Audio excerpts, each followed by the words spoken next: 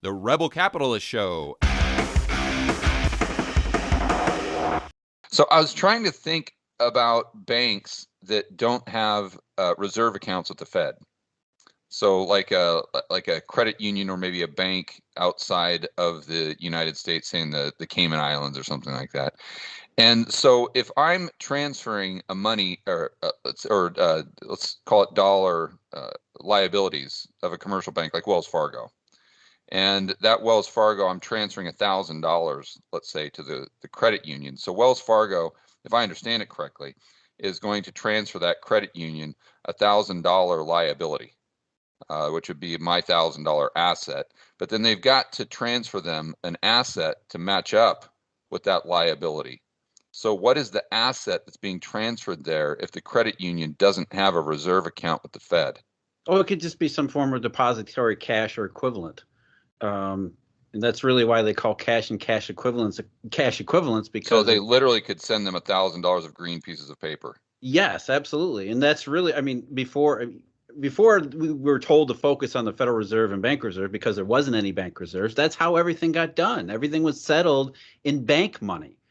And, it gets a little more interesting when you get outside the United States and transfers in U.S. dollars and eurodollars between banks completely outside the U.S., but it gets done the same way. I mean, there's any number of interbank methodologies to do it. You could use chips rather than FedWire, for example. So there's any number of ways and infrastructure to settle claims that doesn't involve bank reserves in the Federal Reserve. So they're basically their balance sheet matches up.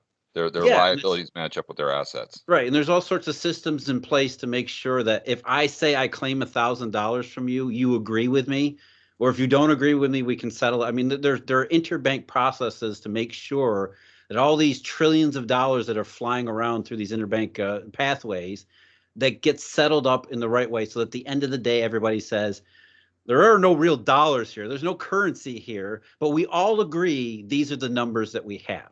So you have this asset, I have this liability, and we're all set. Everything is settled out. And if it's not settled out, if I owe you more at the end of the day than you owe me, for example, then I can go into the repo market, or I can use the Federal Reserve. I can go to the discount. I mean, there are ways to settle imbalances on top of ways to transfer funds. Even for that credit union. Yes.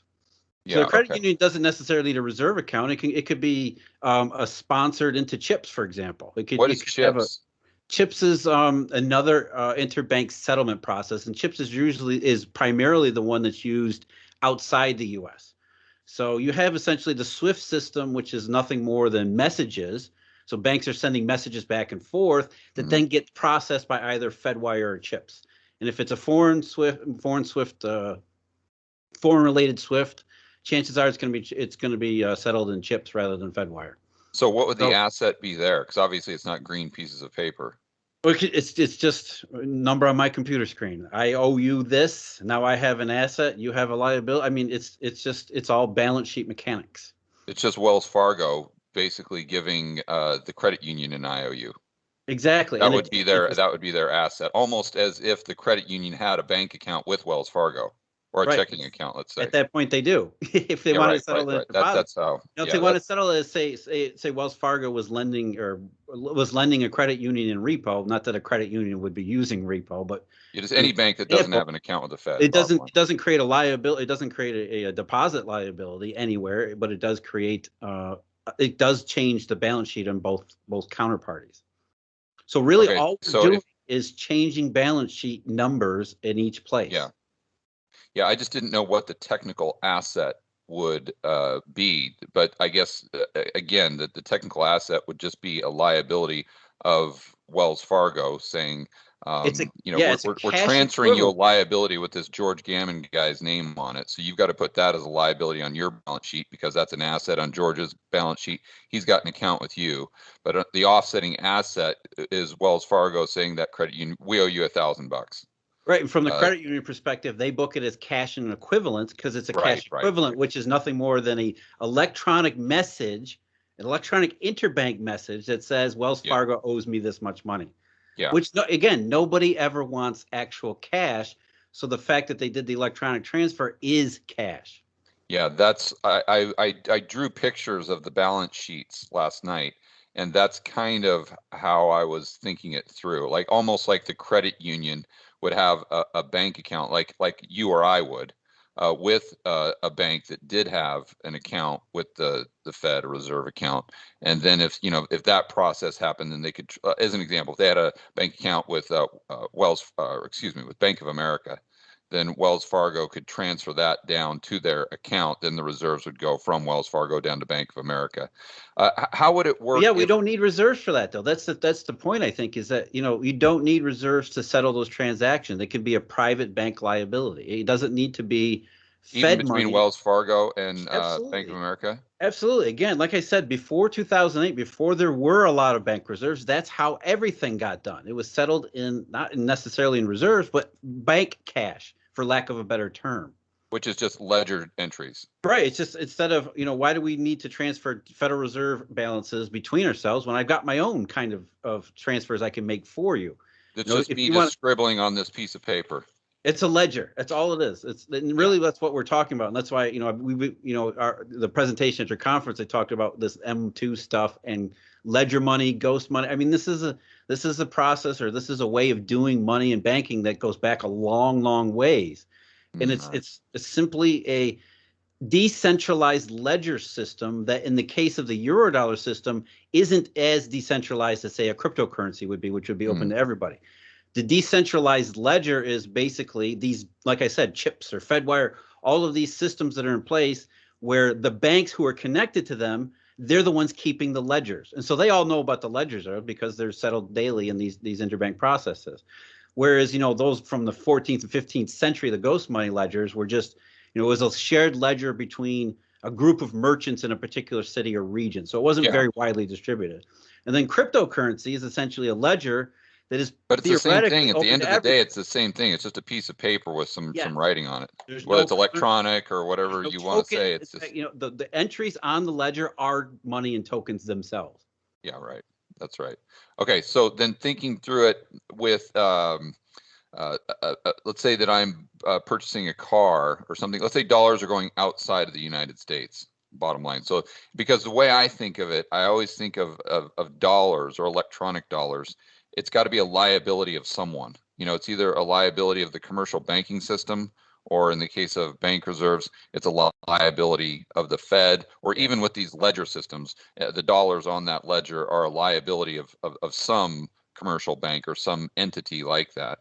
Or it's got to be a liability of some bank entity, I guess it would be, whether it's the Fed or commercial bank or even a bank outside the U.S., I guess. So how would it work if those dollars, a dollar liability that I transfer, let's say you live in Germany, as an example, and I transfer you $1,000, and you've got a dollar account with your German bank. So that dollar liability goes from my bank to your bank. So not your asset. So how would that be the same type of ledger system? Or I guess that bank could have an account with the Fed too, because I saw on their diagram that a lot of foreign banks actually do have accounts with the Fed. But again, it wouldn't necessarily have to be a transfer of reserves. It could just be the ledger system with the asset. It's foreign banks don't have any accounts with the Fed. They have to set up U.S. subsidiaries in order to have an account with the Fed. The Fed does not do anything outside the U.S. except with other central banks in these dollar swaps. And they're very particular about that because of the reasons I always go back to is the Federal Reserve is not a central bank. It's not a dollar central bank. It's a domestic bank regulator. Its power and authority ends at the U.S. border. So if you are a foreign bank and you want to do business with the Federal Reserve, or you want to be plugged into the Federal Reserve system, you have to set up a U.S. subsidiary. So from the Fed's perspective, and they're legally correct about this, they only do business with domestic banks because a U.S. subsidiary of a foreign bank is technically a U.S. bank. Even it's like HSBC or Deutsche. They have exactly. If you go back to 2007 and 2008, during the first financial crisis, that's who was participating in the TAF auctions and these all of these liquidity auctions and liquidity programs. If you go back and look at the TAF records, which various people had to get out, what was TAF? Pull from the Federal Reserve. Explain that really quick. In the early days of the crisis, going back to 2007, what the Fed decided to do was auction bank reserves. So they had the first TAF auction, which TAF stands for Treasury Auction Facility, whatever it's called. Mm. Essentially, the Fed said it's a way to increase the level of bank reserves to give them out into the banking system without doing anything permanent like quantitative easing. They didn't want to do quantitative easing at that point. And in fact, they actually wanted to sterilize these TAF auctions. But essentially, these were liquidity auctions by the Fed, auctioning bank reserves to the banking system, but not to the global banking system, only U.S. banks. Only U.S. banks were eligible to participate.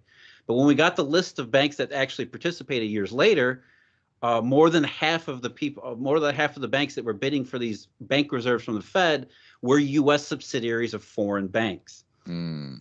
So that why already do you think that was? that's a clue here. This is a global dollar problem, not a local dollar problem.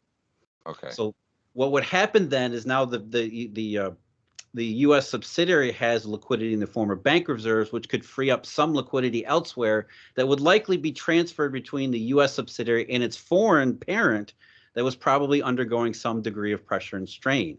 But that's, again, that's the point. The first global financial crisis was a global dollar shortage, and that was one way you could see this happening. Obviously we didn't have the list of names in real time, but the fact that it was for U.S. subsidiaries of foreign banks that were largely, bidding up these bank reserve that were auctioned in these TAF auctions, told you that it was an outside U.S. dollar problem is more than it was an inside U.S. dollar problem.